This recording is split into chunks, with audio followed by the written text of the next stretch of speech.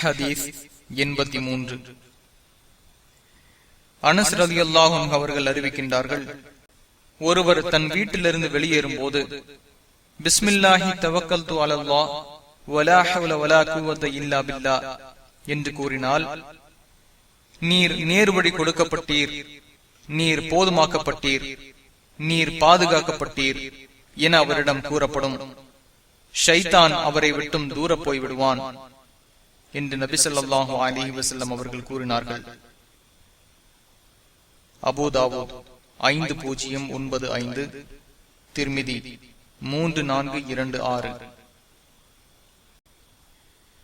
ஒரு ஷைத்தான் மற்றொரு ஷைத்தானிடம் நேர்வழி காட்டப்பட்ட, போதுமாக்கப்பட்ட, பாதுகாக்கப்பட்ட ஒருவரிடம் உனக்கு என்ன வேலை என்று கேட்பான் என்ற வாசகம் அபூ தாவூதில் கூடுதலாக உள்ளது.